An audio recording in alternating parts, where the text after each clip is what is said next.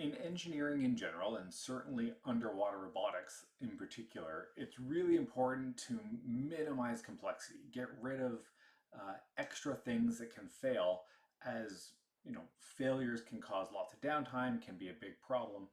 And in the offshore world, there's often lots of things that can cause uh, failures because of complexity of the equipment. The paper that we're talking about right now uses only two control surfaces, two actuators, in order to drive really the 4 degrees of freedom of an underwater robot. I'd always been thinking previously you really needed the same number of actuators as you have degrees of freedom. This is a technique where it's using flapping fins in order to gain thrust and biasing those flapping fins in different directions in order to gain multiple degrees of freedom. So let's dive in. So this paper is by Huang et al. It's coordinated dual fin actuation of bionic ocean sunfish robot for multimodal locomotion. It's published in Biomimetics and published on the 24th of July 2025.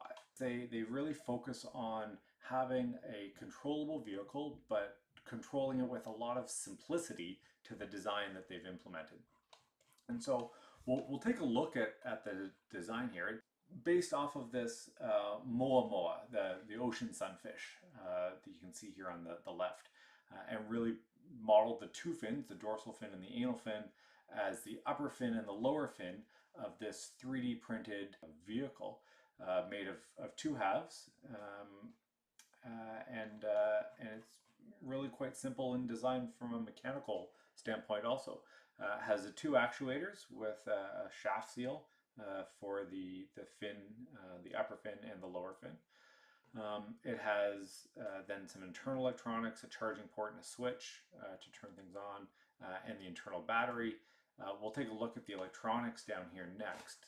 Again, they've really kept it to be a very simple implementation with this microcontroller board actuating the two servos over a 45 connection. And then really just the two inputs, the depth sensor and the IMU. They show a wireless sensor here, but they don't describe using it, and they describe all of their motion profiles as really just pre-programmed profiles. So possibly they send a go command to start things, but there really isn't any control system or feedback. It's really just oscillating these upper and lower fins at predefined motion profiles, and then seeing the resulting speed and trajectory of the vehicle. So these two equations are what defines the motion of the fins. It gives the angle of the fin, the upper fin and the lower fin. Yeah, that's right. So theta p is the upper fin, theta b is the lower fin as a function of time based off of a sinusoid given a number of input parameters. A is the amplitude, F is the frequency, psi is the phase shift between the upper and the lower fin, and then K is a bias, whether it's biased left or biased right in order to steer left or right. So it allows them to flap more quickly, flap with bigger amplitude, and flap in one direction or another with each of the fins. And that's what gives them a sufficient control for the degrees of freedom, which is interesting because it allows us to take mechanical complexity, things that can fail, out of the system, increases the software complexity, but often that's a more robust implementation from a failure standpoint. And so this is how they collected all of their data. They have a tank here, a camera overhead in order to monitor, and then using the monitoring PC, collect some image processing of the path of the robot in order to understand the performance under varying conditions. And you can see how it moves in mostly a straight line, which for not having any feedback control is pretty impressive. The two different modes that they describe here, one is when the both fins are moving together. So if my hands are the fins, they're both flapping back and forth together on showing the system on the left, and that gives a high yaw motion. So the robot probably moves back and forth because of the inertia of the system. Where then on the right, the fins are flapping opposite each other, and so you get rid of a lot of that yaw motion, but you introduce a lot of roll motion with that. And so kind of depends on, I think that this is the cost you have to pay for with this sort of two fin flapping system. But there are certainly, it depends on what sensor package and what information you're trying to get with this robot in order to determine the approach to use. But then they go into the performance. You can see here, as you'd expect, with increasing frequency for a given amplitude, you can have increasing speeds, and then there are diminishing returns as you have increasing amplitude, although increasing speeds with increasing amplitudes, but diminishing returns. And then the actual yaw has a real constant with frequency. Up at the higher amplitudes, there's a bit more noise to it, but I mean, I'll call that flat. And then you get more yaw with more amplitude, and that would be expected. Similarly here, you can see with again increasing frequency, there's increasing speed, but the roll amplitude. So this is with anti where the fins are out of phase, and you can see that again with increasing frequency, there really isn't much change for the roll amplitude.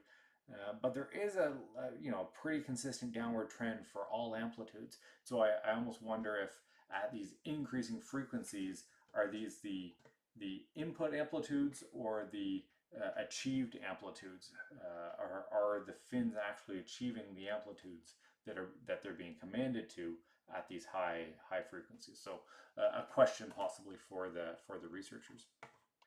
Here you can see that as you get an increasing offset angle, really the turn radiuses start to converge independent of the amplitudes. But the speed does increase. You're able to turn faster with higher amplitudes as the angular offset increase, and that's really desirable and what would make some sense. This is the view from the overhead camera. One thing I did notice is that they are tracking this blue box. I assume is an indication of the track of the robot, but the blue box kind of moves around a little bit in terms of where on the vehicle they're tracking. And so you can see in this image at the 30-second mark where they've done this figure 8. It's not a perfect circle, and I wonder if that's a combination of the image processing not tracking the actual performance of the robot quite properly, combined with the fact that it is an open loop program. So it has just been told execute this set of motion for this long, and then switch to another set at the next time frame. So, and then lastly, they move into talking about how they can move up and down through the water. It was interesting. It was counterintuitive to me. I would have expected that if you flap the upper fin, you will start to move down. In this case, when the upper fin flaps, the vehicle is going up, and when the lower fin flaps, the vehicle is going down. And so obviously the force vector for these fins is not straight back. And they really talk about, one of the things that I like that they talk about at the end is there really isn't an assessment of the energy consumption. That would be an interesting component to all of this, to understand how does this increased complexity of the software by reducing the mechanical complexity, how does that affect the energy efficiency?